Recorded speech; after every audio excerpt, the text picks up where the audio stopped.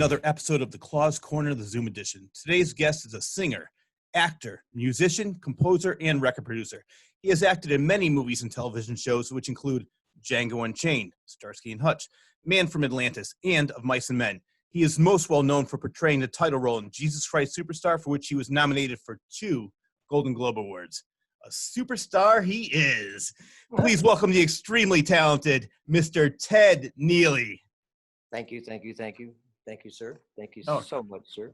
You're very welcome. Very kind. Thank you very much for being on the show. There's something about the chair I'm sitting in here. I don't know what this is. How are you? I am doing very well. First of all, I want to thank you, and I also want to thank Frank for setting this up so we can do this interview. And Frank's great, isn't he? He's a great guy. We were going back and forth trying to figure out what's the best time for you, what's the best time for me. Yeah. And we're going to have a fun time. We have a lot of things to promote. We have some things to talk about. I want to talk about you have had a great life. And we're going to talk. You are very blessed. Very. So before we even get started with that, though, we're recording in the middle of the pandemic. How are you? I'm fine. We have been so fortunate not to have any problems at all. The closest thing we came to that is our son shares a place with some of his college graduates, you know, and one of the guy's girlfriend got the virus. The guy that lives with him, well, they all got tested and everything, and they're okay. So the man didn't catch it, so we're okay. All right. Well, I'm very happy to hear that. I'm doing very well myself. I've been very lucky. I have nothing to complain about. But I'm hoping that, you know, we get back to somewhat normal sometime soon, whatever normal is anymore. I don't even remember what normal is. No, it's just so different. This thing has changed our entire society around the world, but especially here in America. My goodness. I know. Well, let's talk about you. That's even worse. Oh, my God. I want to go back a couple years. Let's start the very beginning. I want you to tell me how a streaming drummer from Texas began playing in bands at 8 years old. Oh, my goodness. Well, because I grew up in this tiny town in Texas. Less than 2,000 people lived there if you count all the cows and the horses and the dogs and the parakeets. All that. So everything in terms of social experience was through our churches. And, you know, so we belonged to churches. It was a normal thing. We weren't forced. It was just if you wanted to have fun, you went to church socials, you see. Yeah. Well, I was messing around with singing from the day I was born. My parents said that when I first took a breath and, you know, they do the little whack on the rear end, that I went, yeah, you know, so I've been singing ever since. And I got these great guys in my hometown. We formed a band, and since we were the only band in town, we got asked to come and play for all the social events. So we were a copy band. They call us a tribute band now, but we were a copy band. And we did everybody's music that you heard on the radio, no matter who was singing or what it was, we did it. And we did that all through high school. And whenever we graduated from high school, we'd been doing it all that time. And our parents knew that we were okay. So they said, okay, you guys can go wherever you want to go for the summer, but you got to come back home, and we're all going to go to college at Texas University in the fall. Mm-hmm. Well, we worked our way city by city, nightclub by nightclub, singing and doing all that to get out to California. And when we got there, it was the time when it was surfer music was in charge of the world, so to speak. Mm-hmm. And here we were, these crazy guys from Texas who were playing everybody's music. So all the nightclubs came to see us because it was a variety thing, you see. Yeah. And because of that, we had a big following from the industry. Actors, singers, dancers, music, blah, blah, blah, blah, blah. One thing led to something else. The next thing you know, I got into theater by accident, because the director who was coming out to California to do the first national tour of Hair saw the band, and he said, well, you know, why don't you just come and audition, see what happens? So I did, and he hired me to play Claude in Hair. Wow. And I worked with him for almost 4 years. And the strange thing about it, honestly, though, was when we were at that peak in California, we all got our draft notices, because this was Vietnam War time, you see. So we went back to Texas, did the physicals, all that. We all were passed for the draft. And then I got about 2 weeks later, I got a letter from the draft board saying, Mr. Neeley, we just found out that you are the sole support of your mom, so you don't have to go.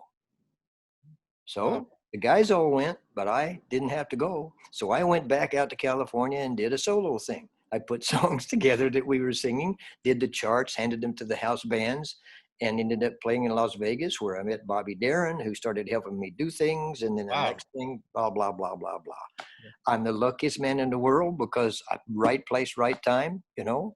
Yep. And here I am now, right place, talking to you. So Exactly. This is the right place, right time. What impressed me the most about you, well, there's a lot of things that impressed me, but at 22 years old, the young age of 22, you signed your first record deal with Capitol Records. yes, that was amazing. And how about this one?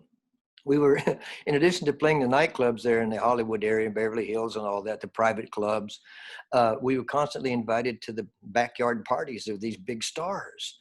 And we were playing at one of those backyard parties one night, packed. I mean, the backyard looked like a football field, this particular house. And we noticed that there was this guy leaning up against this beautiful big oak tree, holding a drink, and he's just watching us, standing there watching us, you know. And when we took our first break, he came up and said hello and said, "My name is blah, blah, blah. And I am the president of Capitol Records. I think maybe you guys, Wow. I think maybe you guys might have something going there." Well, if it hadn't been for us playing those parties, he wouldn't have seen us. That's how we got on Capitol Records, you see. Wow. That's very So, impressive. It seems like none of us had any training. It was just playing music and screaming and hollering, you know. it was just your mother slapping you on the behind. That's right.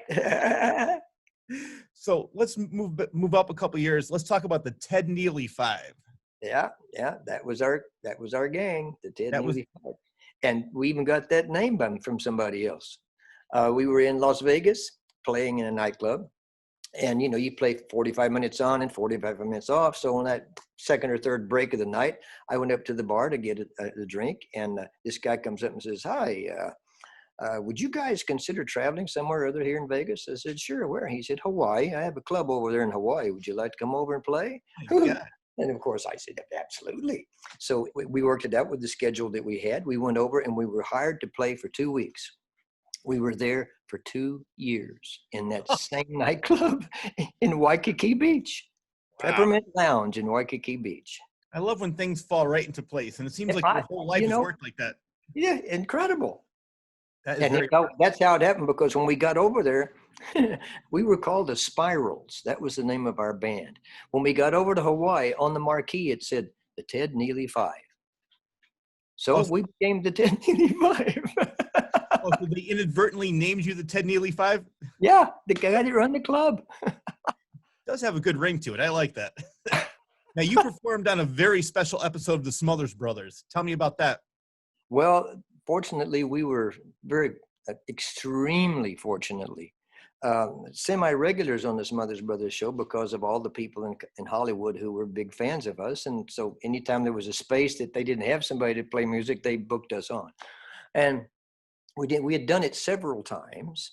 And the one that we were on that you're talking about, O.J. Simpson was a guest. The show went great when we were putting it together, but it's because of that particular performance that the show got canceled from the network television. So I promise you, we didn't do it. We didn't do it. We didn't do it. You had nothing to do with that. No, it had something to do with the content of the Smothers Brothers. I think it was about guns, if I'm correct. It had something about guns. Yeah. Yes. So I guess they were having fun. They were such comedians. They were having a great time, but it was just out of taste and the wrong position and all that. So yeah, unfortunately for them, it was the wrong place at the wrong time. Right now, it probably seems so mild and nobody even blink at it. But back then, it was a lot more controversial. Exactly. Yes. That was in the late 60s, so. Well, you talked about this a little bit, but how'd you make the transition from bands to Broadway? Well, they both had the same beginning letter, so band to Broadway, no problem. Literally, it was because of Tom O'Horgan, who was the director of Hair. Literally, when he put me into Hair, he knew I had no training whatsoever, but he thought my voice was right for the character, and he heard me sing. So that's how I got in. And for my good fortune, whenever they were casting for Hair, they weren't looking for anybody with the name value. They literally cast people off the streets because it was about hippies, you know. They wanted Yeah. people that could do the job, but the less trained we were, the more successful we could be in that show. Anyway, so the whole time I was in that show, which was roughly 4 years, he took me under his wing and taught me so much about what to do on stage. Well, you know, I was in Hair, then Superstar, then Tommy, then Sergeant Pepper. He directed 3 of those 4 shows. So he took me with him to all the ones that he directed, you see. And the only reason that he wasn't directing Tommy is he was directing, we were in New York doing Superstar at the time. He directed Superstar, and he co-created it as well for the live audiences. And the actors in the show of Superstar were always going out every day to audition for jobs. And I just said to him one night, wait, what are you auditioning for? You have a job. And they said, man, you know, you got to build a resume. So that's why we go out. So it said, a week from now, we got another one. So why don't you just come with us and see what we do? So I went, and we all sang. And that's where I got to be hired to play Tommy in The Who's Tommy out in California. So I came to California to play. So it was literally, if the man from Hair hadn't seen our band, I'd still be in California, probably sweeping up nightclubs by now, you know. I think the name of your autobiography should be called Right Place, Right Time. Oh, that's perfect. Yeah.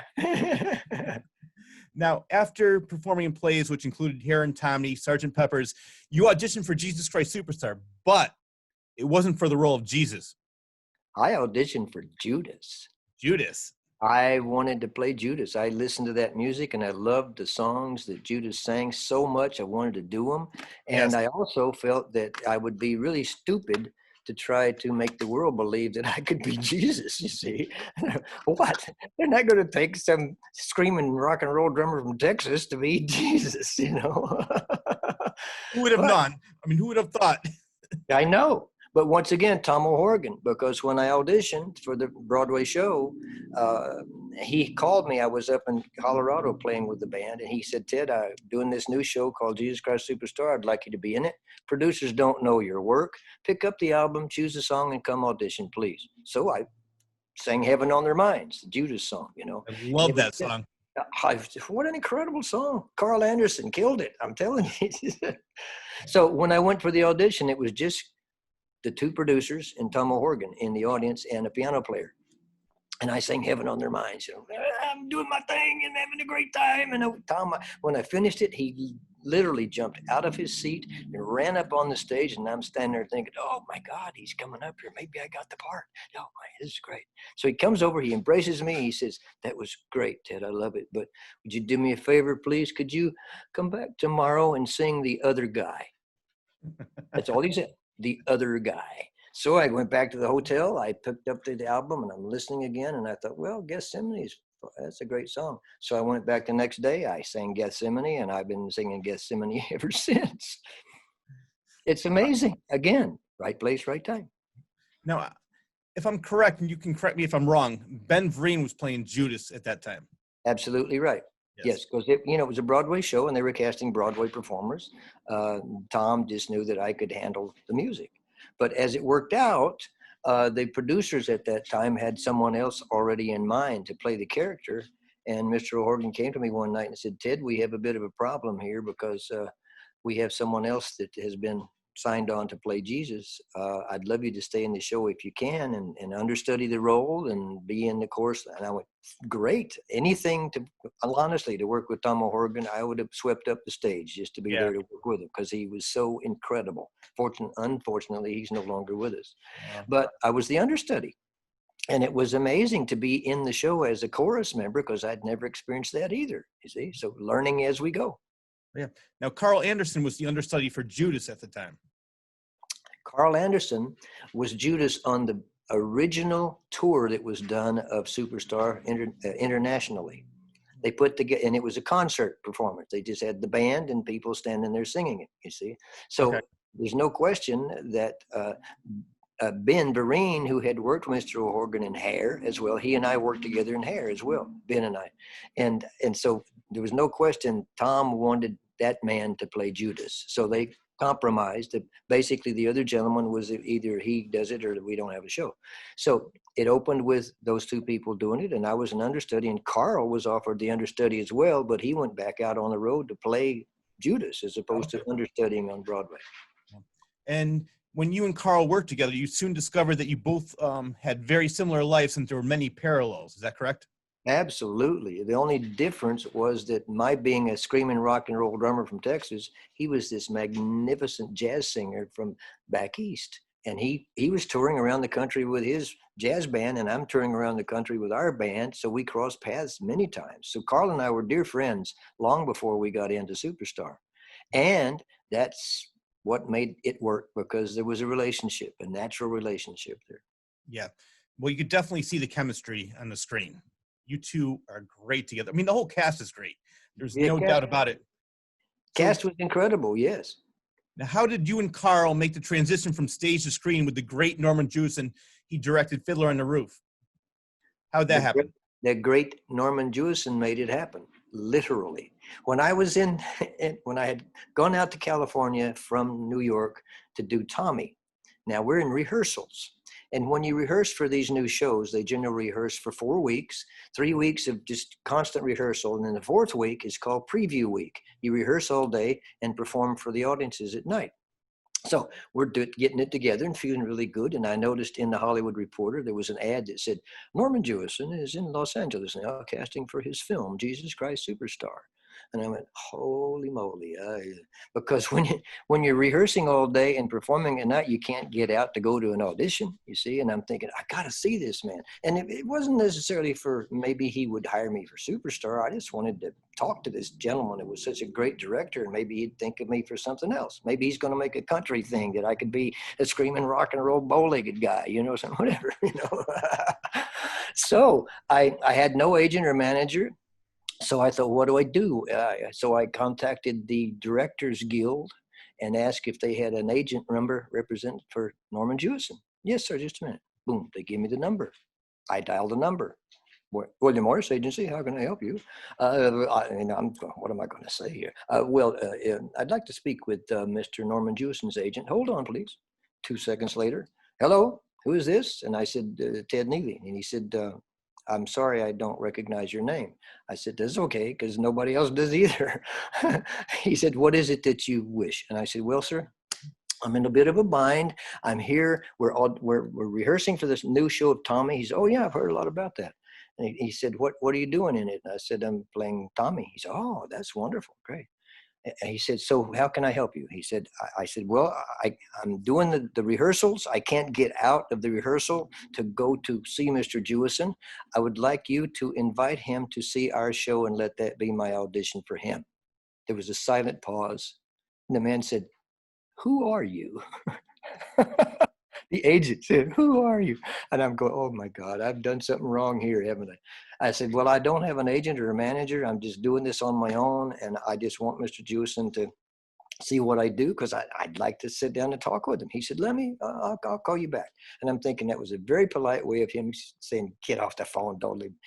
5 minutes later, he called back and said, Mr. Jewison would love to see your show. When would you like him to come?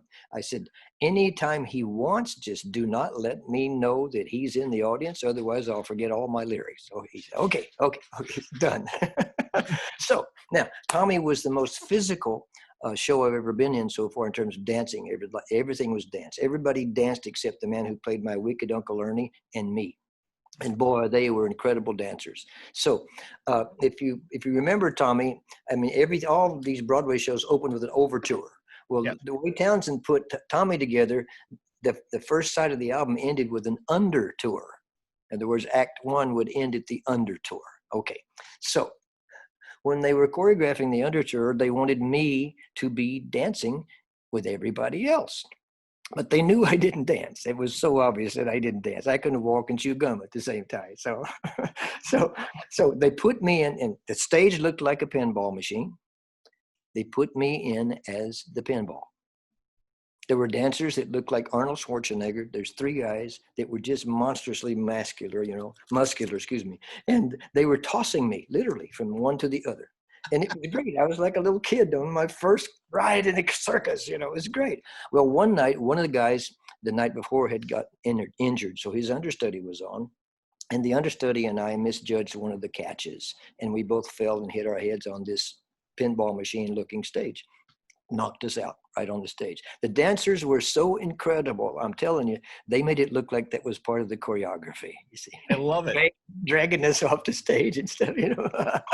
So anyway, so the doctor was there and he said, you know, you're okay for the second act, but you can't go on tomorrow night. You might really cause some problems. So I didn't go on the next night. That's the night Norman Jewison came to see the show. I didn't know. But I couldn't have gone on anyway. The doctor wouldn't let me. So the next morning, really early, my phone rings and it's Norman's agent. Ted, yeah. Where were you last night? Norman came to see you. You weren't in the show. My heart just dropped on the floor. I said, I explained the whole situation. I said, can you get him to come back again? He said, well, no, because tonight he and his wife are leaving here, going back to London to start the pre-production on Superstar. And I went, oh my God, what can I do? Is there any way maybe you could set up a lunch so he and I can apologize to him? I just want to say hello to this amazing director. He said, I'll do what I can. Again, the phone hangs up and I'm thinking, I really blew it, man. Literally within 5 minutes, he called back and said, Norman says he'll meet you for lunch. Go to his hotel, blah, blah, blah, blah. Just go up and knock on the door, the room he's in. So I'm thinking, I looked at myself in the mirror and I went, oops, I look like I'm 16 here. Neither Jesus nor Judas nor any of the other people were 16, you know. So I called this really dear friend, actor of mine, and said, can you come over here and make me look like I'm an apostle or a Jesus looking guy because I got to go see Norman Jewison. He came over, he brought a wig, he had a beard, he made me look like Jesus, for God's sake. At least for people who didn't know what Jesus looked like. You know? Yeah. So I went to the hotel, went up there, knocked on the door, no answer. I knocked again. No answer. And I had heard all my life, third time's a charm. So I thought, I'll knock a little harder the third time. And I went, yeah, who is it? I said, it's the guy who wasn't there last night. He went, oh, yeah, we're having lunch, aren't we? He said, go down there to the coffee shop and I'll be down in a few minutes. So now I'm going, okay, I'm going to get to see him finally. I go downstairs, sit down. I'm not a coffee drinker, but I drank probably 2 pots of coffee while I was waiting for him to come downstairs. And half hour passed. So I thought, well, that was just a very polite way for him saying, don't bother me. Mm-hmm. So I go to pay my check. And as I'm paying my check, there's a tap on my shoulder. There's Norman Jewison right there next to me. He said, you thought it wasn't going to come down, didn't you? So we sat down. We had one of the finest conversations I've ever had in my life. It's like we'd known each other for years. He was so kind to me and laughed at my stupid sense of humor, and it was great. But eventually he said, well, you know, Ted, I came to see you in the show because obviously you wanted me to see you. He said, but I'm here casting for dancers and chorus members. He said, we've got all of our principal characters signed for the film already. What would you have me do? I said, maybe think of me for the next movie you're doing. He laughed. So he said, well, I like you. I like your personality and I'll keep in touch. And he got up and said, see you later. Bye. So I go back and finish Tommy. Then the next thing we did after Tommy finished was the first national tour of Superstar. Carl and I were featured in that at the Universal Amphitheater, which was built for this show. Before that, they just had an open field and a truck, a bottom truck that they had a shootout show with Indians and cowboys, you see, and a flatbed truck. And so they built this thing, 5,500 seat amphitheater, which was absolutely gorgeous. Okay, now we've been rehearsing.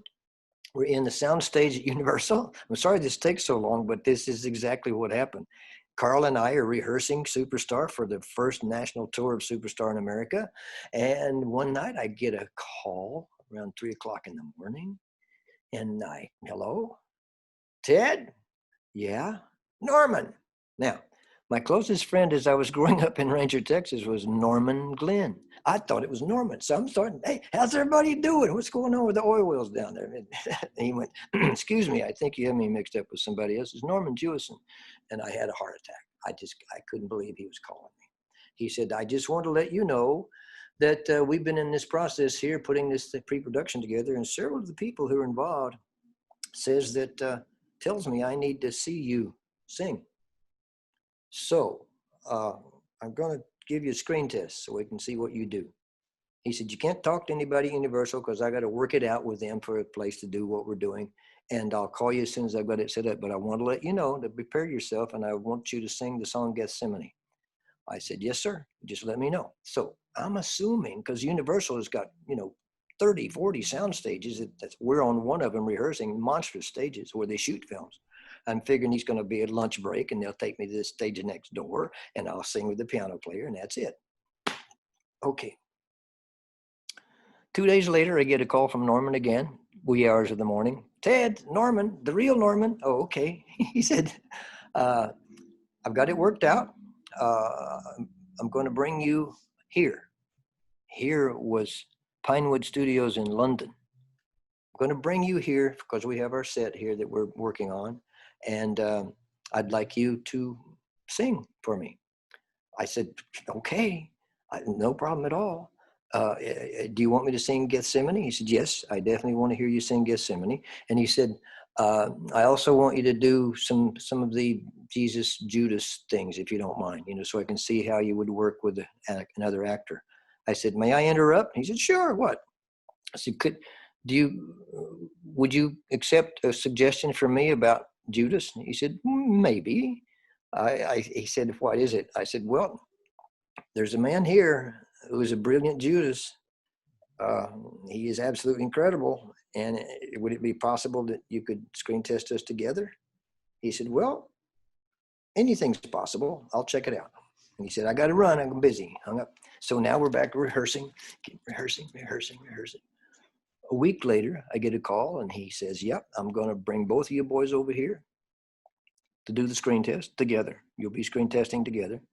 And I'll let you know the date and time and all that. He said, but honestly, you can't talk about it around Universal because we haven't set that date to get you out of your rehearsal to bring you here, because it'll be 2 days, day over, a day rehearsing back. And we're both playing the lead roles. So anyway, he said, I'll call you a minute I got it. A couple of days later, he said, okay, boom. So we go to London. We go on the sound stage, and his crew is all sit there waiting for us to come in with a piano player. He said, Carl, I'd like you to sing Heaven on Their Minds. And then Ted, you sing Gethsemane. Okay, so it's a piano player and us. Carl sang Heaven on Their Minds, wiped out the whole place. They went nuts, screaming and hollering.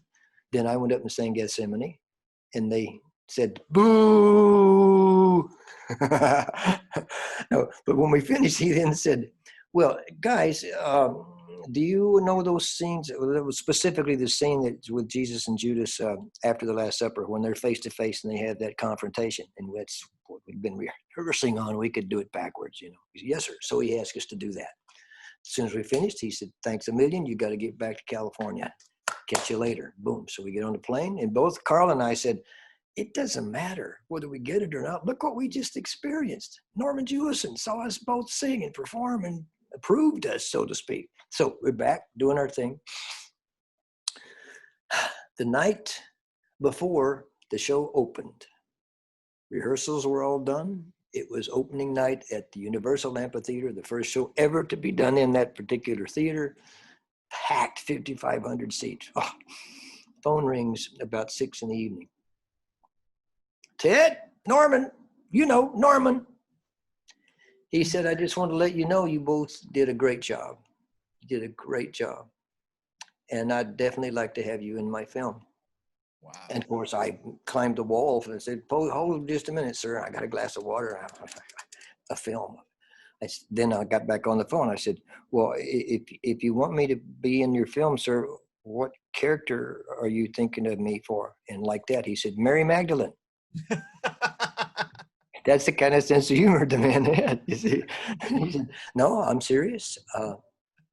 I want you to be my Jesus. And I went, heartbreak, just because I'm rehearsing and he wants me there. What's going to happen now?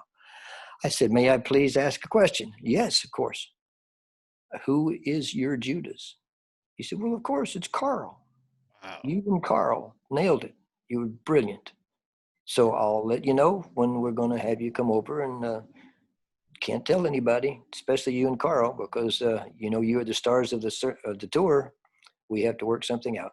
Yep. So imagine, if you will, the two of us going to rehearsal that day before opening night, And we can't tell anybody that we're going to be in Jesus Christ Superstar, the film.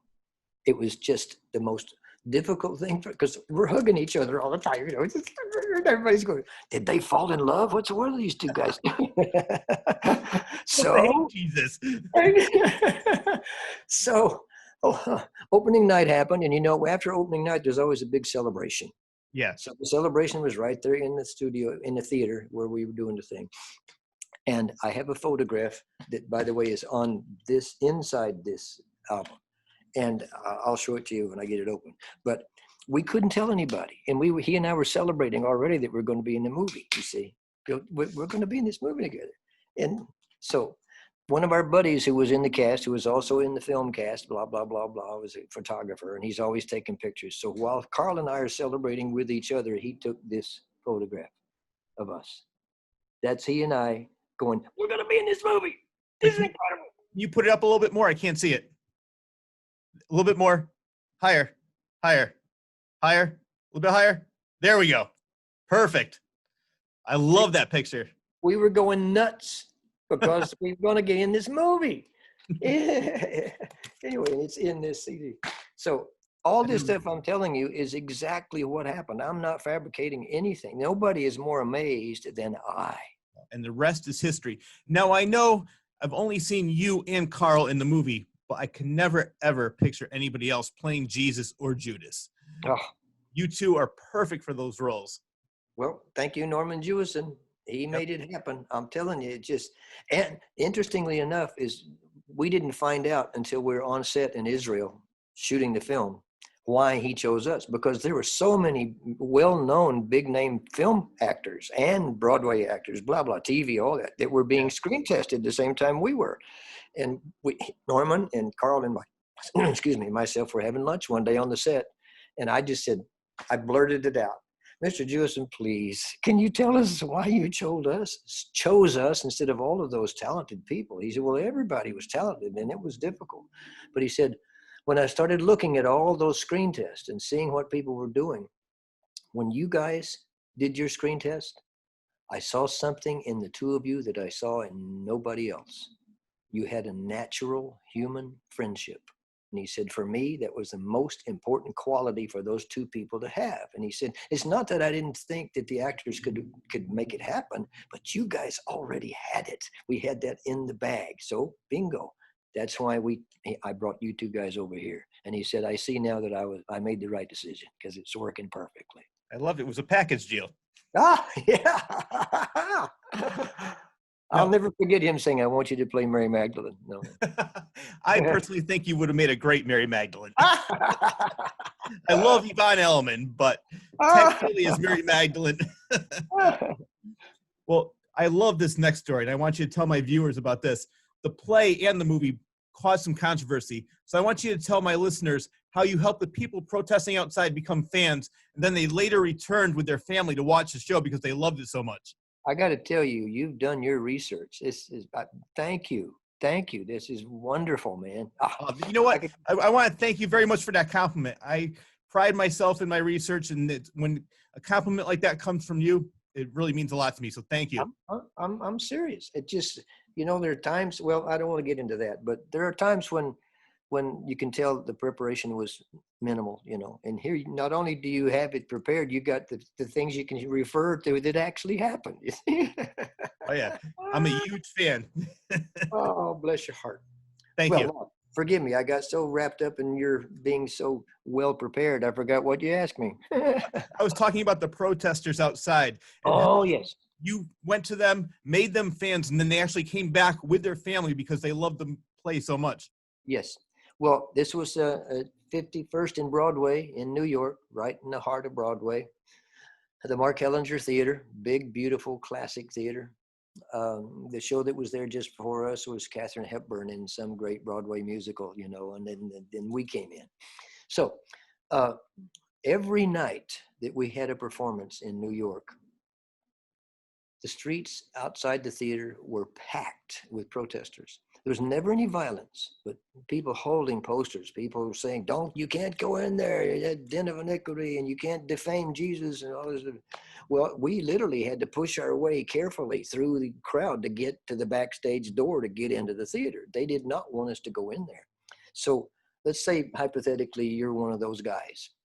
And I'd say, pardon me, sir, but have you seen our show? No, I wouldn't go in to see that horrible thing. I heard so much terrible stuff about it because it's sacrilegious. And no, I wouldn't. I said, well, if you haven't seen it, why are you protesting it? Mm-hmm. Because we hear that Jesus sings.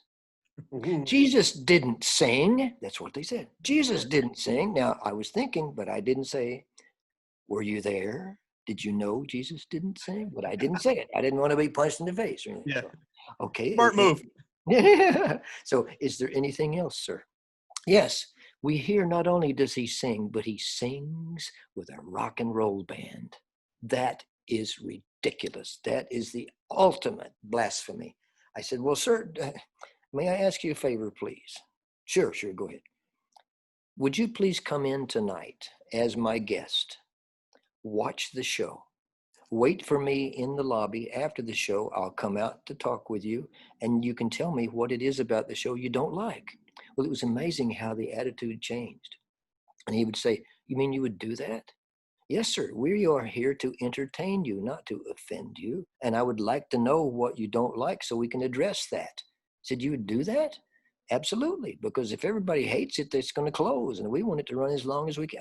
Anyway, long story getting longer. When I went out, now this happened constantly. When I would go out into the lobby, they would go, we love your show. It's absolutely incredible. We're going to come back and bring our families. The music is wonderful. That's what happened. They had to see it. They hated it because of the title, Jesus Christ Superstar. That was blasphemy. So bottom line, that protest went on as long as we were running. And then when we go out on tour, protests were happening every city we went in. So that kept going and kept going and kept going. And just so you know, the most recent screening that Frank and I did, which was up north in California, we ended it in Florida. This theater, beautiful movie theater. There was one guy standing out in front of the theater with a poster. You should have went up and autographed it. That would have been funny. Well, I was going out to see him, and he'd already gone because he's all by himself. He didn't want to be there. Well, you know what I like is that how you turned it around. You turned a bad situation to a good situation. Instead of like trying to, protest with against the protesters, you said, what do you hate about it? You don't even know anything about it. Why don't you check it out first and let me know afterwards? I love the fact how you turned them around doing that. Yes, because I knew what it was about and how it felt. Yeah. And I'm not going to put them down because they have their opinion. Because I honestly felt if I said anything at all to them that sounded blasphemous, they'd punch me in the mouth and then I couldn't sing anymore, Then it would just prove their point. So you turned it around. And I love that. Now, Norman Jewison, with the movie, he also helped ease the protesting by screening the movie for a very prominent figure in the Catholic religion. Tell me about that. How I wish I could have been there to see that happen. Oh, that would have been great. Well, he knew about all the protesting because he loved Superstar from the original album before there ever was a Broadway show. You see? Mm-hmm. So he loved the music, and he couldn't understand the protests because everything about it he thought was great. So he realized once we finished the film that if there were that many people protesting, and it was a worldwide opinion, so to speak, that maybe the film would not be successful. So he felt the thing for him to do, just like me saying, would you please come and see our performance? He set up an audience with the Pope. Wow. At that time it was Pope Paul VI. He was able to set up an audience with him. He sat in the Vatican with him, the two of them alone, and watched the movie. And he said, sir, I want you to tell me if there's anything whatsoever in my film that offends anything religious or anything in your philosophy about religion, please. Film comes on. And they sat there. Not a word was said during the whole screening. He's sitting next to the Pope and getting more and more nervous, wondering what he's going to say. Film finishes, silence. And Norman's going, oh my God, Ted, I thought he was going to look at me and do your line. Get out! He said, literally, he said, that's how he felt. He said, the Pope said, Mr. Jewison, I love your film. Wow. I love everything about your film. You know why? Because you tell the story so beautifully through the music. Mm-hmm. There's not any unnecessary dialogue. There's no strangeness going on. We see the apostles, we see Mary Magdalene, we see the priests, we see the Romans, we see history. And this magnificent music is there with it. I think this film will bring more people to Christianity than anything ever has in the world. You have my blessing, sir. Wow. Talk about a winning endorsement. Oh my God. So now up to that time, the Catholic faith were banning the album. They wouldn't let the album be played, if they had anything to do with it, but they were advising people not to listen to that sacrilegious piece. Well, immediately he turned it all around. He said it's okay. And it became not only accepted, it became the tool that the nuns were using to teach the children about Jesus. Because I love it. They understood the songs more than they understood the biblical scripture. Well, I want to tell you a story about that because I have seen the play probably 20, 25 times, the movie probably over 100 times. Oh, And I show a lot of people the movie, and also I took some of my friends to see the play, and I've actually had people say, I learned more from the play than I did ever going to church. well, see, that's the thing, because the music draws you in. The Yes. music has a way of touching everybody's spirit. And it's that way today.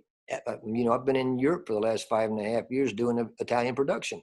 It's still the same way. They cry at the end of the movie. They just get so touched. And there are people, we're housed in Rome. That's a Roman theater, and it's a Roman production. But the people who live in Rome, there are those who have seen this production over 100 times since we've been there. They come in. Some of them come in dressed as in the costumes of the characters. It's so supportive everywhere we go. It's amazing. It's been a couple years, since the movie came out. Just a couple. But you know what? I just watched it again the other night. It's still as fresh, still as original as when it came out in 1973. I love the songs. I love the actors. I mean, it never gets old. It's ageless. And imagine, if you will, Norman Jewison went there almost 6 months prior to our arriving in Israel, looking for the right locations. He wanted to get everything authentic, as much actual things that were still there. Everything that you see in the film was there except for the moat for King Herod. Our crew built the moat, sat it on the Dead Sea. The other thing that wasn't there, now they found this magnificent grove of almond trees but on the ground was nothing but sand and rocks. So they went there 2 months early and planted grass so it would have a beautiful green floor, you see. So now here's something that happened as a result of that. Norman wanted to see that beautiful green grass and the trees, beautiful. So next thing you know, all the shepherds that have flocks going back and forth in the desert, in the Negev, suddenly discovered a new feast, you see. They wanted that grass. So Norman had to make a deal with all of the shepherds. Please stay away from it until we finish the film, then they can have a party, okay? Literally. So once we finished, the sequence is there, the sheep went crazy. So that's why what happened during Gethsemane, or before Gethsemane, when Carl and I are having our fight back and forth, and he runs away, he couldn't run because the sheep were there waiting for lunch, you see. That's why he had to work through the sheep to get out of there. You know what I love about this movie? There's two things that I really love about this movie. One is that you show the last week of Jesus, but in modern times. And the second thing I love about this movie is that it actually shows Judas having empathy, and you have sympathy for him. Absolutely right. And Judas was one of the leaders of the 12 tribes. His job was to feed this tribe, and they were constantly looking for help. And of course, the Roman Empire was there taking over the country, stopping them from really doing anything. So Carl and all the other leaders were always looking for somebody they could put some importance in. It might talk to the priest or talk to somebody and help get rid of those Romans who were in there destroying the country. So the point is, Judas was a good guy. He was trying to feed the family and the friends and all that. But when it got to a point to where he saw this guy that everybody was following seemed to be more concerned with religion and not concerned at all with the war that was going on. He felt that he had made a mistake choosing that person, and he didn't know what to do. So that's why he was driven to go to the priest and say, I'm sorry, you know him, I know him, and it's just not working out like we thought. And on Thursday night, you'll find him. Mm-hmm. And then immediately he realized, oh my God, what did I do? And you've seen it so many times, after that, the kiss. Yes. At the end of Gethsemane, then there's a kiss, and he just steps away, and I'm looking at him, he's looking at me, and you can see he realizes he did something wrong. Mm-hmm. Okay, well, the next thing that happens is the guys wake up. What's the buzz? Tell me what's happening. What's the buzz? Tell me what's happening. And they're focusing on me standing there, and then they focus on the trees where you see the guys, and then all of a sudden you see Carl backing away from me. He's not talking, he's not singing, he backs away. The next sequence, he's on the camera. It will be over here on the camera right. You see him standing there. Looks like he's having a heart attack, realizing what he has just done. And the next thing you know, it's this time. Well, during the song Blood Money, you could tell that it killed him, that he knew he made the wrong decision. I don't want your blood money. You're like, take it. Yeah. It's a very well done movie. And like I said, several of my friends learned more about Christianity from that movie than they did of 6 years going to church. So yeah. And guess where the screenplay came from? Where? The screenplay for the film. Where'd it come from? Norman Jewison. Wow. He's a very talented director. Everything he did, honestly, was based on the songs. Yeah. And he suggested 2 songs that weren't even in the original score to help things happen for Tim and Andrew to write 2 new songs. And which 2 songs were they? Well, the one you hear Yvonne sing, "Could we start again, please?" And the most important to him was, he went to him and he said, "Guys, to me, what I'm putting together here, it makes the priests look like vultures. They're just out to kill this person." He says, "I don't want to do that. The priests aren't out to kill anybody, but they want to stop what they thought Jesus, being a bad guy, was doing to interrupt their society, you see." Mm-hmm. So he said, "I need a song that I can put a whole new moment in the film for Annas and Caiaphas to talk about the decision that they have to make. Something that something needs to be changed. We have to do something different. And I need a new song. So please need to write a new song for me." So he gets called a week or so later, and Tim Rice said, "Did you have a thought possibly for a title of that song?" And he said, "Well, I need to see them in dialogue talking about what they're going to do. And I need to see them figure out, okay, maybe this is the way, now we'll decide."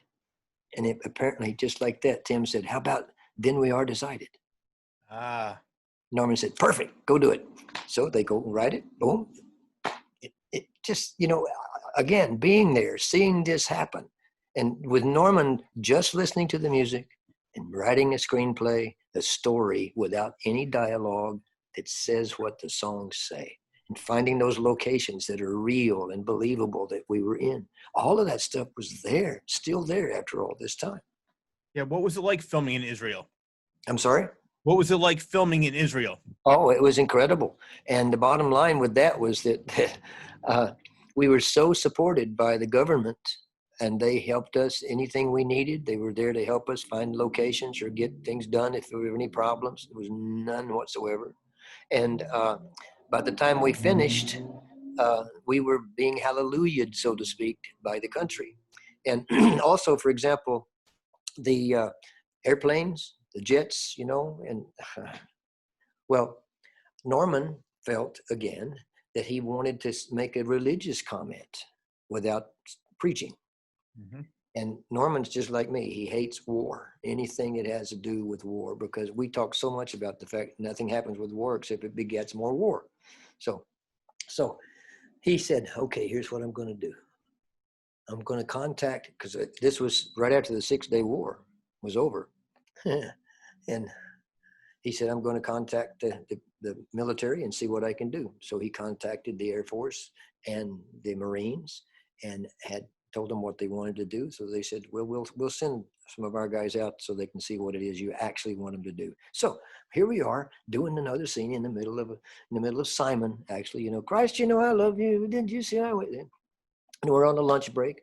And all of a sudden we look over here to the side and there's these two Army generals there in full uniform with their medals and all that, you know, standing at attention. And we're going, oh.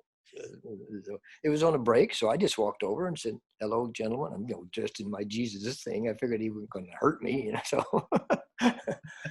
I said, it's so nice of you to come, because Norman had told Carl and I what he was trying to do, so he could use the jets and the tanks to do this specific thing. And so nice of you to come and check out our movie. I just don't understand how you can be at war and you can just take off from the war and go see a movie being directed and shot in the desert. They said, well, sir, here's how it works. And one of the generals reached in his pocket like this. The medals were all on the top of the pocket. You know, he pulls up, he reaches in the pocket and pulls out the pad, flips a few pages. He said, you see right here? 5 a.m. Bomb the border. 6 a.m. Jesus Christ Superstar. He said, we follow orders, sir. That's what he said. So that's why the jets were there and the tanks were there. Oh my God. Amazing. And the whole purpose for the tanks was Norman wanted people to see this good guy named Judas, who's always been thought of as a bad guy, trying to make up his mind what to do. And he's there sifting sand on the desert by himself. And then all of a sudden these tanks come up over the hill. Yeah. Holy potatoes, Batman. That was that. The fact that they were there alone, you know, but Norman, that was his concept. He wanted him to show how Judas was being pushed to make his decision. He had to make a decision. And that's the power that was pushing him to do it. It was definitely very powerful, that scene. Loved it. Now, something very important happened during the filming of Jesus Christ Superstar. During that time, you met the love of your life. Ah! They go over here and say hi, sweetheart. Just say, there's Leeyan right there. Hello. You were also in the movie. Hi. Yeah. Dancing lady. Now, for my viewers, what scenes were you in? You were one of the dancers, is that correct? Yes. Yeah. She's one of the principal dancers. Yep. You want to say anything? You want me to do it? No, I was in all the dance scenes. Yeah. They were always in everything. Everything. Now she, because she was trained in the National Ballet of Canada, dancing with Nureyev and Baryshnikov, people like that, you see. And now she's here in the desert, and we're all funky guys who don't know how to do anything. And so in Simon, that's where she's most visible, Simon and Herod. But Simon, she's the lady who does all those amazing high kicks, boom, and the freeze frame on it. That's Leeyan, okay? I've seen the movie so many times, I know exactly which one you are. There you go. And in Herod, I have a yellow wig on, and I'm in yellow. Okay. Well, Thank you very much. It was great meeting you as well. The best way to see her in Herod is whenever he goes, Jesus, I'm overjoyed to meet you face to face. Then the camera starts to move over. Mm-hmm. There's Leeyan. Wow. Like you have a Claw's Corner bonus feature. I like it. Now, as I mentioned in the intro, you did acting in some other TV shows like Starsky and Hutch. You were in Django Unchained with Quentin Tarantino and Of Mice and Men. So let's go right to Django Unchained. What was it like working with Quentin Tarantino? Oh, it was incredible. And again, right place, right time. Because I met Quentin early on. After we had done hair, while we were doing hair, friends of mine who had their own independent production company were asked to do a advertisement video. That's when they first started doing those workout videos and selling them to people. Jane Fonda had them with, and Dolph Lundgren, he was, you know, in there. I forget which one he was in. He was in Rocky IV, Ivan Drago. Okay, so you know, they wanted him, and he was a muscular guy, builder, you know, so his team wanted him to do one of those videos. So my buddies got hired to shoot that video with him doing all of his stuff. And they called me, my buddies called and said, Ted, could you do us a favor? He said, I know you guys are on a break right now and you might have other things to do, but we have a guy on the crew who's incredible. He's just got so much energy, and he works his butt off all day, every day. So he said, would you mind coming out here and kind of controlling him for us? Because don't upset him or anything. So, but you guys become buddies. And he said, we'll get an extra chair, and the two of you can sit in the director's chairs when we're shooting. He said, he's great on the set when we're working, but whenever we start to shoot something, he's going, yeah, it's great. I love it. So I went. That was Quentin Tarantino. Wow. I met him as a young guy. He worked in a video store at the time. And he said, after we became friends, he said, hey, man, well, maybe when we finish one day, you could come by and we'd see where I work. So, yeah, sure. So I went with him. He worked in the video store. We walked in, and he said, I've seen every video in this place because my dream is to make movies. Someday I want to direct films. You see? Wow. So you So knew him way before he was even Quentin Tarantino. You knew him when he was still a video clerk. Yeah. Wow. He'd not done anything. So whenever he got ready to do Django, he called me and said, hey, Ted, I want to send you this script because I'd like you to be a part of this thing. I'll send you the script. You read it. You tell me what you think. And I'm going, well, he's going to change something that I like. I'm not going to tell him how to write anything. So I read it. I called him back, and hey, yeah, what'd you think? I said, can I just be frank and say, if I were you, I would change the title. And you felt his energy just kind of disappear. Mm-hmm. He said, to what? I would call it Django Unchained. Everybody dies. He fell off his chair laughing, I like that title. Working with him was magnificent. He has a sense of humor like yours. He's always laughing. Every time that a scene would stop, cut, music comes on instantly. Every time I was in a scene, the music that came on was Superstar, and he and his entire crew would dance and sing to the song while they were setting up the next scene. Yeah. He's brilliant. He is amazing. He's a wonderful person and so much fun.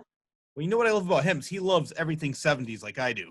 Yeah. So he always likes to bring back the actors like John Travolta in Pulp Fiction, Bo Svensson in Inglourious Basterds. So he likes to bring back the actors that he grew up watching like I did as well. Yourself, John Travolta in Welcome Back, Kotter. And so, yeah, I love his movies. And I think he could take a script that, like, Django was another movie, and he basically made it his own. That's right. Nothing like the original at all. Same thing with some of his other movies. It may have the same title, but has nothing to do with the original. And I love how he could take that, and he's great at writing dialogue as well. He is brilliant. Did you see Once Upon a Time in Hollywood? One of my favorites of his. Isn't that great? Yes. Ooh. I was so happy to see Brad Pitt win the Oscar for that. Yeah. He deserved it. And I was out there. I was telling you about our band being out there. That was the time we went out to Hollywood. Our band was there during that period of time. And I could not believe how he made it look exactly the way it was when we were there. Oh, yeah. Everything. He's brilliant. He definitely pays attention to detail. Oh, no question. And I'm also hearing that he's allegedly saying that he might make one more film, and that's going to be it. Yeah, that's what I heard too. I'm going to do everything I can to change his mind. Right. Well, if you don't change his mind, hopefully you could be in his last picture. And give him a new title. Right. Well, I first met you at Chiller Theater in April of 2015. And I have to say, you, Yvonne Elliman, and the rest of the cast were some of the most welcoming, friendly people I've ever met. I mean, I spoke with you for about 20 minutes, and you did that with everybody. People, you had fans of all ages, and you sat there, talked to them, listened to all their stories, how much the movie, affected them as a child, and how much of an inspiration it was. And I have to say, I've been to these conventions. I've been going since 1989, and you and the rest of the cast were probably the nicest actors I've ever met. Wow, that's so great to know. I got to tell Yvonne and Larry and everybody that because that's important to us. I mean, how can you depend on a supportive fan base if you don't treat them nicely whenever you get a chance to see them?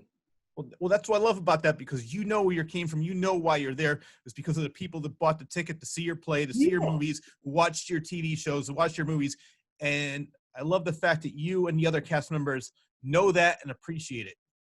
It's amazing. I can't understand anybody who wouldn't feel the same way, you know. But when none of us are as overwhelmingly successful as a lot of the actors are. You know, maybe it's different if you are multi-zillionaire and you can do anything you want. You know, Yeah. we want to make friends and continue the friendship. You know. Well, seeing you at Chiller was a highlight, but my favorite highlight of this was maybe about a week or two later. I went to New York City and I saw the digital print with you, Yvonne Elliman, Norman Jewison, and some of the other cast members. It was so great watching the movie on the big screen with the actual people in the movie, watching your reaction to you back in 1973. Such a thrill. I got to tell you, it is so incredible that it still works that same way now, no matter where we go. Frank and I do screenings all the time. In fact, we were on a screening tour whenever the shutdowns happened. We had to stop it, you know, and move it forward. We've moved it forward several times, and now I announced recently we're not going to move it forward anymore because we don't want you to think we're lying. And the bottom line here is we're going to, the minute it is free to come back to the theaters, you will know. You'll be the first people to know because we can't do it without you. So here we are. Please, well, you have my number now, so give me a call. But that's the whole point is if it weren't for the audiences that loved this movie, none of us would have a job. Exactly. It made our careers, you see. Introduced me to my wife, you know. Now we have families, you know. I love your attitude. You know what Yvonne and I had planned just before the lockdown happened? What was that? She and I have been wanting to do this particular thing for years, and we never had the opportunity. We had planned a 4-day weekend in the Boston area at one of the theaters where we have done screenings many times. 2 nights of concerts, 2 nights of screenings of the film. She and I singing all the hits and telling stories about the movie and all of that. And we had to cancel it. We just had to cancel it.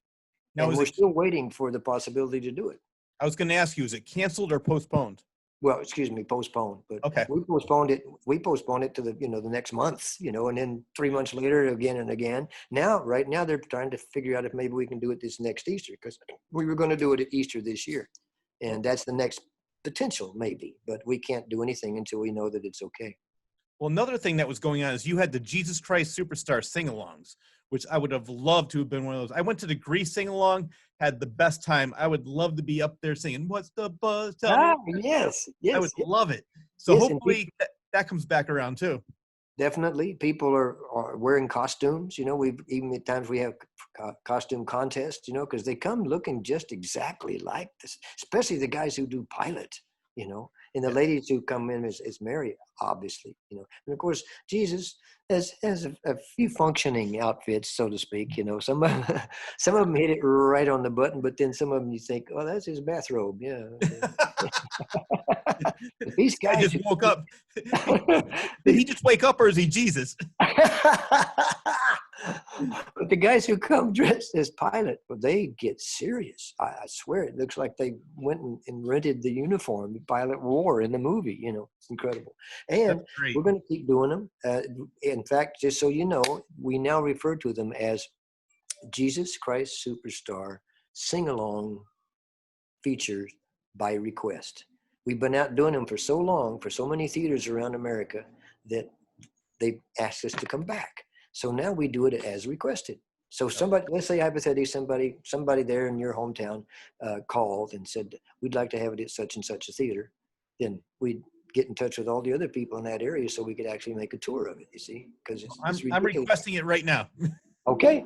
Well, you have Frank's connection. I do. Right? Okay. So anytime we do it, Frank handles all of that.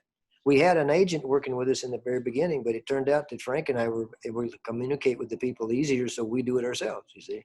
So when you hear it, and it'll be up on my website immediately when we know we're going to be able to do it. So all you do is call Frank. Okay, this date, and you choose the theater. Find a theater that's interested, and they call us. That's the way it works. But I know you've been to movies a lot, so there's a theater that's probably your favorite movie theater there. That's where we want to do it. A big, beautiful screen and great sound system and all that, you know. And it's incredible. Everybody sings all the way through it. Some of them get up and dance, you know. It's a celebration, generation to generation. I can already tell you, there's no way I can sit in my seat while the music is playing. That's right. I will be dancing and singing. Maybe some of the other people in the audience won't like it, but I'm going to be having a good time. Okay. One begins, somebody else follows. That's the way. They need a leader, you know. Now, I know that you, Carl, and Yvonne Elliman have all performed together on stage at various times. Did anyone else from the movie come back to the stage? No, not really. Only except for Barry Denon, bless his heart. Barry came out and played pilot with us several times. He was such a success in Italy when we were over there. He came over, Yvonne, and he came and both were in the show. But no one else has actually been there to perform. The invitation is open because there's nobody that produces this show that wouldn't want to have those original members playing the characters.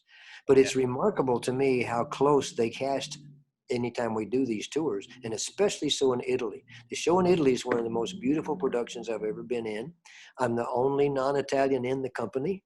Thank God they sing it in English, or I wouldn't be able to be there.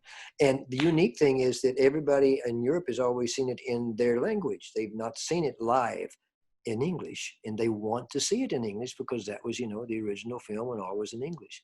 And it's magnificent because the guys that play the characters are so similar. Caiaphas and Annas, Judas.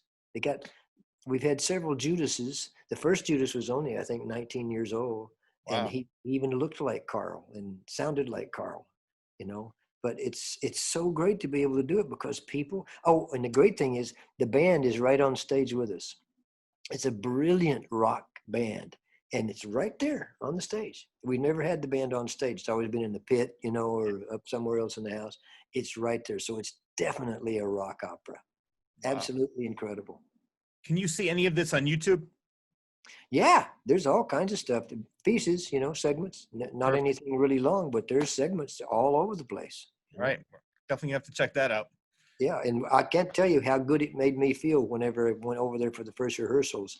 And the moment I heard, gentlemen, I went, oh my God, it's Caiaphas, it's Bob Bingham, he's here. We need a more permanent solution to our problem. Hey, go get the costume. No, I have to ask you this. I can tell you're having such a great time playing this character, so I probably know the answer, but tell me anyway. After all these years playing Jesus, what's your secret of keeping it fresh and fun still?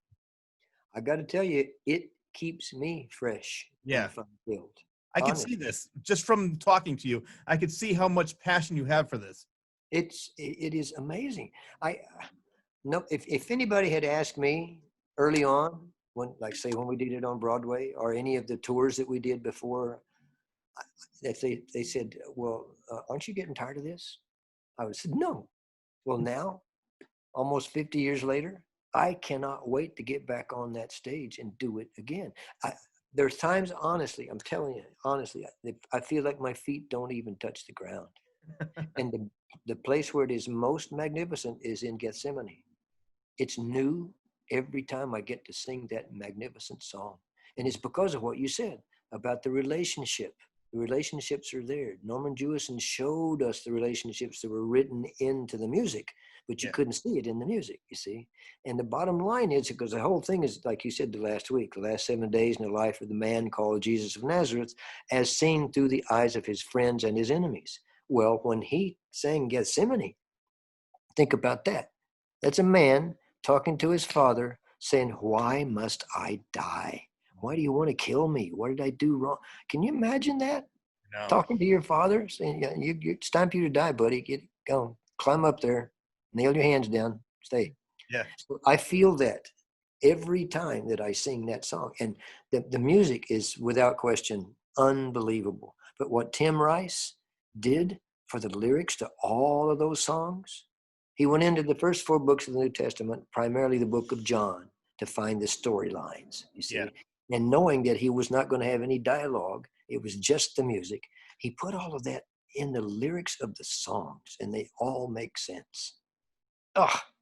Just remarkable. So there's no way that I'm going to grow tired of this, because it's like what you said when you and I met at Chiller.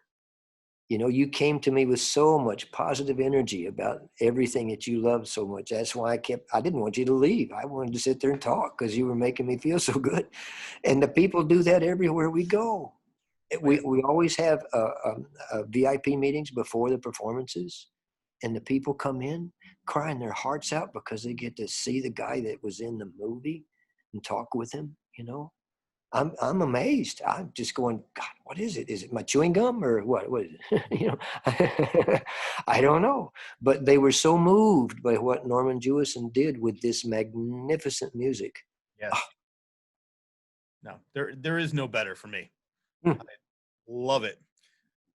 Now, in 2012, you co-starred in a movie called The Devil's Carnival with Paul Sorvino playing God. Tell me about that.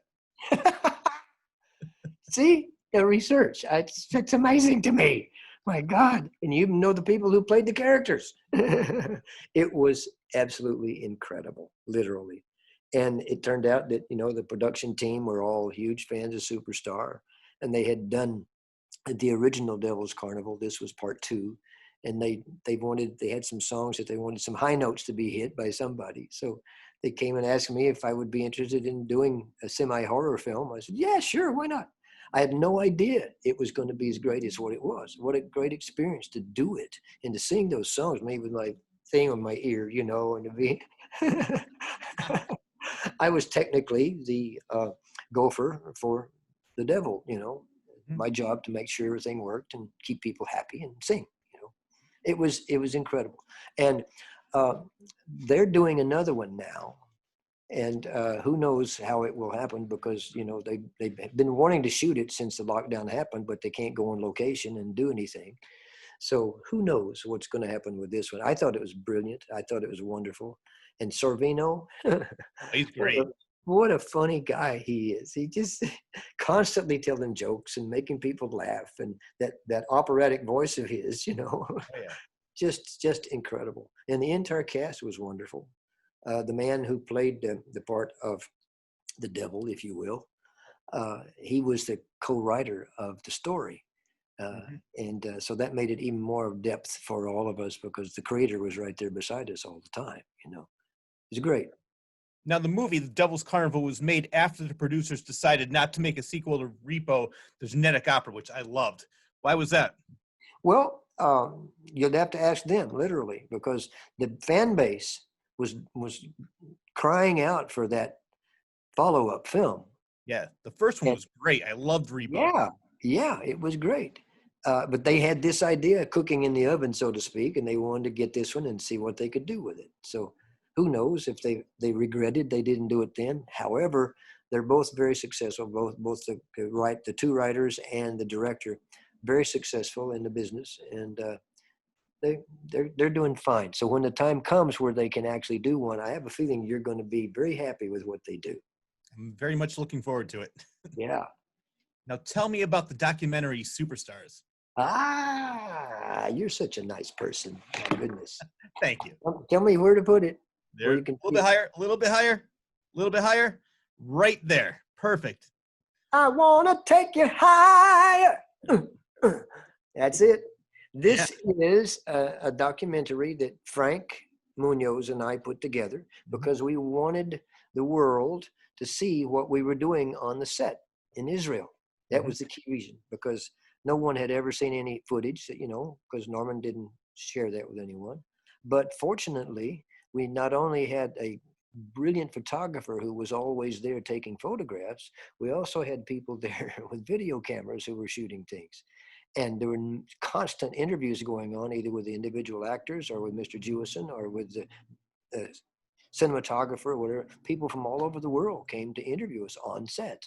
So we've put all of the stuff that we have together on set that was shot while we were there doing things, having fun as well. There's a shot where we have a football game on a day off, that the Judas team against the Jesus team.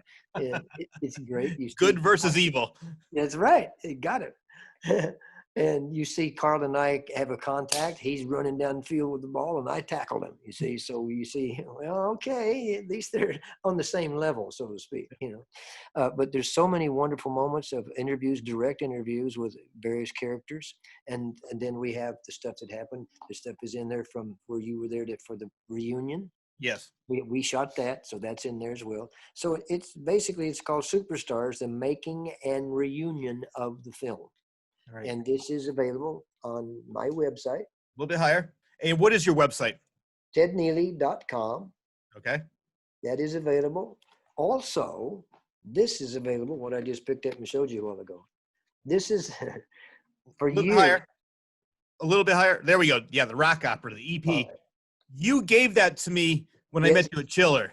Yes. I wanted to talk to you about that because tell me what this CD is. I love it. I listen to it over and over and over again. And tell my viewers what this is and why it's so important to you. I think I need to pay you more for all the praise you're giving me, man. I just hope your check doesn't bounce. My goodness, this is beautiful. You are so prepared. I can't believe it. Well, the reason this came to be, literally, this higher album came to be. Perfect, right there. It's called rock opera. Is so many people for so many years after we did Superstar constantly asked me, why didn't I make a Christmas album, an album of Christmas songs? And I honestly felt that, how could I do that? Every great singer in the world has made Christmas albums. I can't compare to those guys and those girls and all. I can't. So when it came down to the bottom line, I thought, well, there is one song that I can sing and make it more of a rock song. And so I decided to just do one song. And that song, it's right there on the top. And Oh Holy Night has been one of my favorite songs forever. And so I decided to do a rock version of Oh Holy Night. Nobody had done that, see, so that would be different. And then Frank and I were discussing these things, and he said, well, why don't we do an EP, do more songs? So, Yvonne and I sing, Love Lift Us Up Where We Belong. Okay. And Carl and I sing a tune that Carl and I recorded together years ago called God's Gift to the World. And it's all about the wonderful children of the world. And so that's on there as well. And then I added a couple of songs that I like a lot that other people sang. So there's, 5 or 6 songs on there that I'm very proud of. And people seem to be liking it, as you do. I loved your version of The Who, See Me, Feel Me. Thank you. Thank you Great very much. Version.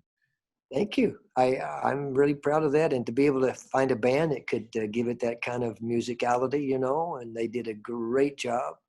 And we did it in a studio that with few people ever work in, and all the guys in the band had worked there different times. So we all got together in the studio they liked, and bingo, we did them. And so the whole thing is now, the next thing I'm going to do is yet another piece, another album.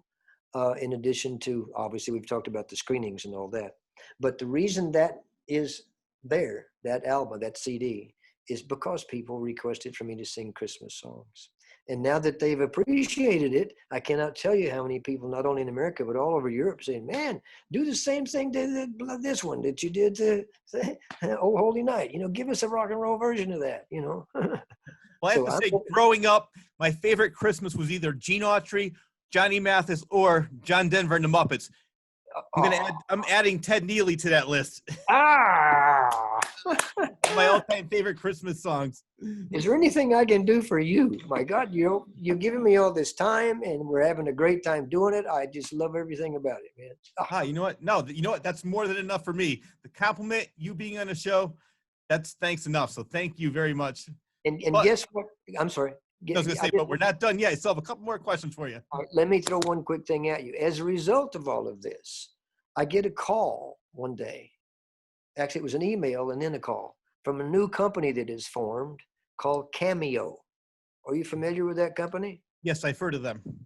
Well, the whole thing that Cameo does is they take requests from the public all around the world for people who would like to have just a 3-minute video with something said nicely to them or their friends or their family for a wedding anniversary or a birthday, or they need pep talk or whatever. And they said, we think you might enjoy it, Ted. Would you like to try it? I said, sure, why not? It is incredible.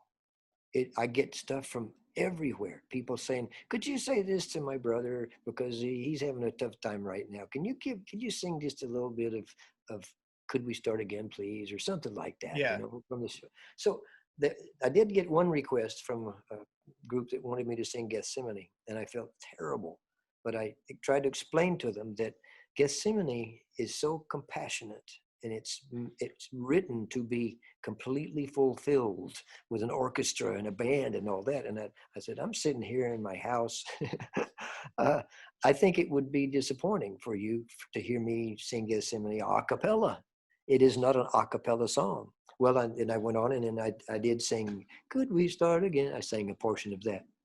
I got this 5-star rating from them saying how wonderful they wish they could have heard Gethsemane, but they really understood, and they're glad I was honest with them. So that made me feel great.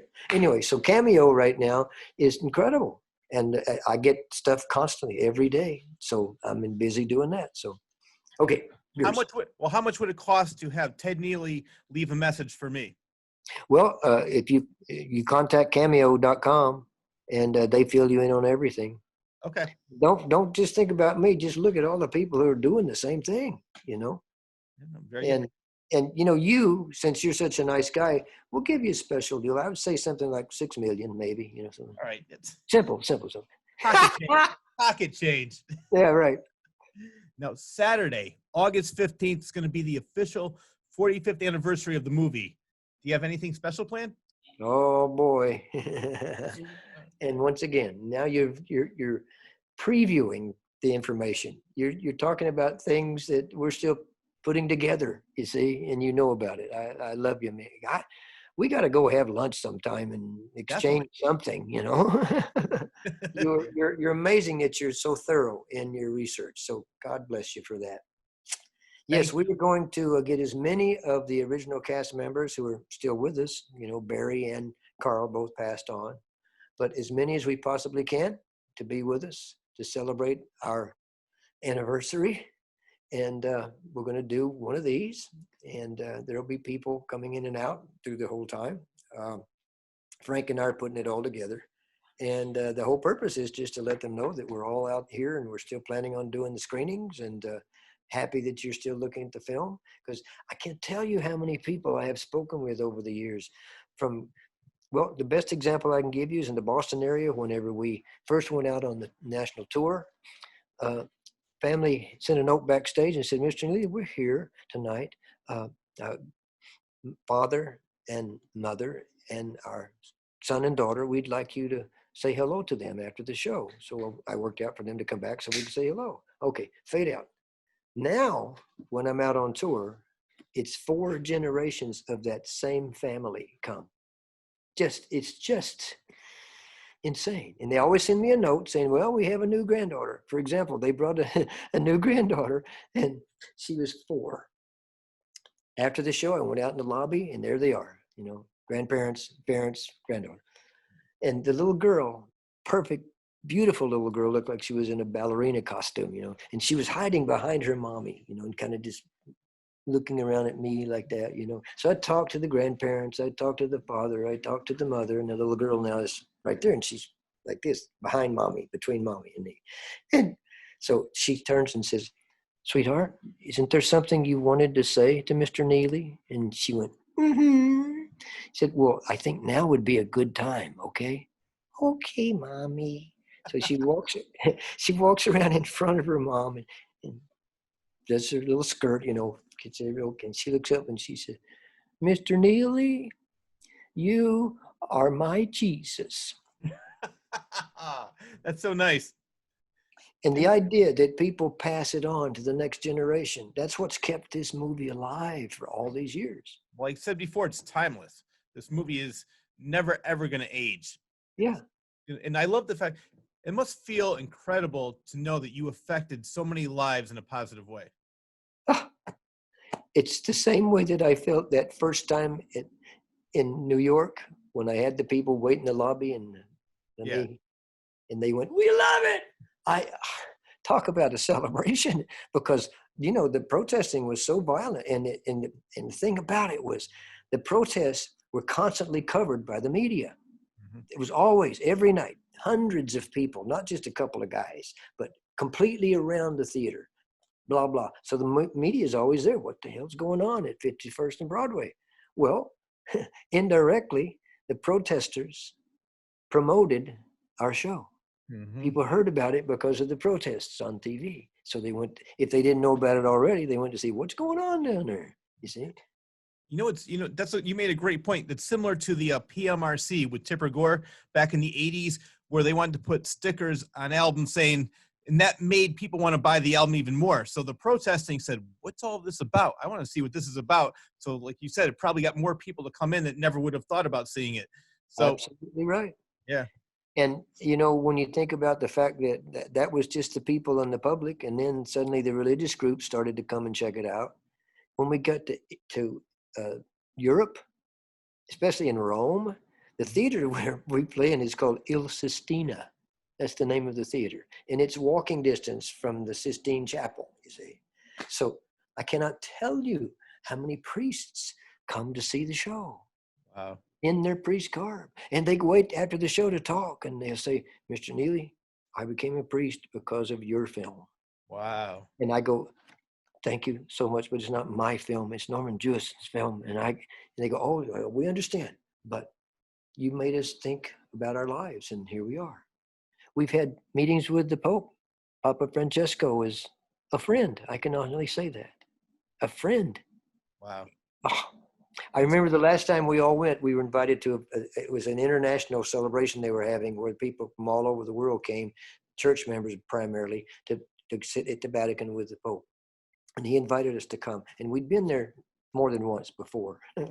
So when we got the invitation, I just said to the person who handed it to me, I said, do you think it would be okay if we brought the cast with us? And they said, well, sure, no problem. So we get there, and here, like I said, everybody's Italian but me. You wouldn't believe how amazed they were that they were going to get to say hello to the Pope. Just down the street from where they live, you see. It's so difficult to do that. And he came over and talked to us after the whole thing was finished. We had our little group, and he walked over. We're all there, and Tessa and myself standing there on the floor, and everybody else was on stairs behind us. The whole company was there. And Tessa took a lot of photographs, and there's so many photographs, of the Pope talking to us like that. And then she said, pardon me, sir, but would you mind if I take a photograph with you in it with us? He said, of course not. So he moved. The Pope, Tessa, me. Wow. There she is. It looked like they're dating. It looked like a couple of young lady and a guy and they were out for dinner, but all the faces, every face in the cast behind us, they were in awe that they were in a photograph with the Pope. He's such a wonderful gentleman. Oh, just amazing. Just, again, right place, right time. You have so many incredible stories. I could probably go on for another 2-3 hours talking about that. But unfortunately, I know that you probably have things to do. So I have one last question for you, 2 last questions. What advice would you give to up-and-coming actors and musicians? Believe in yourself. Without question. Do not allow anybody to change your mind. If your dream is to be a musician or a singer or an actor or a dancer, anything within the entertainment industry, pursue it like you know you can do it. And don't feel badly if you're auditioning and you don't get the job. I can't tell you how many times I've been turned down for auditions because I was too tall. And that's not true. I'm not even 6 feet, see? So you never know what they're looking for. So if you have a desire and a compassionate feeling about entertainment, pursue, and you can do it. If I can do it, certainly you can do it as well. Well, it's funny because I was in radio for a while, and 2 of the things I learned in radio was, one, it's 90% attitude, 10% talent, and the other thing is the more no's get you closer to a yes. And you basically said the same thing in different words. It's so true. You're absolutely right. Because if you're auditioning for an acting role specifically, you don't know what they're really looking for. You may walk in and be exactly what they're looking for, and they say, yeah, come on, join us. But you can be in there singing your heart out or acting your heart out, and you get passed on. Don't let that change your mind. Oh, yeah. It's going to happen. It will happen. If you want it, it will happen. All right. Couldn't have said it better myself, Ted. Thank you very much. So what's next, and where can people find you? I know we talked about August 15th. That's going to be great. Can't wait for that. Yeah. And You can always reach me on tedneeley.com. Excuse me. And Tessa, my daughter, bless her heart, she has been with me all over Europe for the last 5.5 years, and she's become this magnificent PR person. And her contact is on that as well. You can contact her, but we will always advertise far in advance of anything that we're doing. The very next thing that we're going to do is, as you said, August 17th. And then after that, the one thing that we have dangling and waiting for an okay from the coronavirus getting away from us is Yvonne and I are going to do that 4-night weekend of 2 concerts with an amazing orchestra and then 2 nights of screenings. And that's in the Boston area. And that would be the beginning of a screening tour. So we would be covering all over the Boston, that part of the country. well, I live in Connecticut, so I will definitely be there.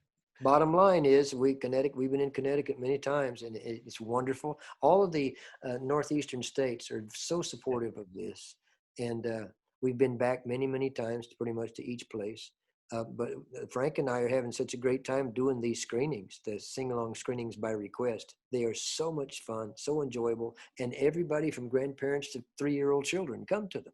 It's just incredible. And we have this new digital remastering of the film for both sound and visuals. I'm so proud of it. It's so clean and clear. It looks like it was shot yesterday. Yes. Sound and everything. So I'm proud of that. You get to hear Carl do his thing, man, and Barry do it. And you, and Yvonne. I mean, everybody. There's not one bad performance in that movie. No. And Norman, think about that. He cast all of us unknowns. He had faith in our, like that. And again, that goes to the thing about auditioning. None of us had any film credits. The only people in our film who had been in films before was Barry Denon and Joshua Mostel. Barry played Pilate. Josh played King Herod. They had been in small roles, but none of the rest of us had ever been in a film. He still put us in his movie because we could sing. Well, you know what I like about that, because I'll give you my take on this. Sometimes I like when I see an unknown in a movie because I don't see the actor, I see the character. Sometimes when you see a big name actor, I'll see Tom Hanks, I won't see the character. But when I see an unknown, I've never had any reference to what else they've done. So I see the character, and sometimes I think having an unknown in a big movie makes the movie even better. You talk like Norman Jewison. He honestly said to us, I referred to Carl and I sitting down to say, why did you cast us instead of somebody else? And he said that. And he said, I felt that it was very important, since this was a rock opera, the first ever rock opera to be made into a movie. He said, I thought it was so important. He said, hypothetically, Ted, if I'd have cast Robert Redford as Jesus, everybody would be, he said, Redford would have nailed it. But everybody would have been watching Robert Redford. He said they were watching a new person personify the Jesus character, as with Carl, as with Yvonne, and everybody.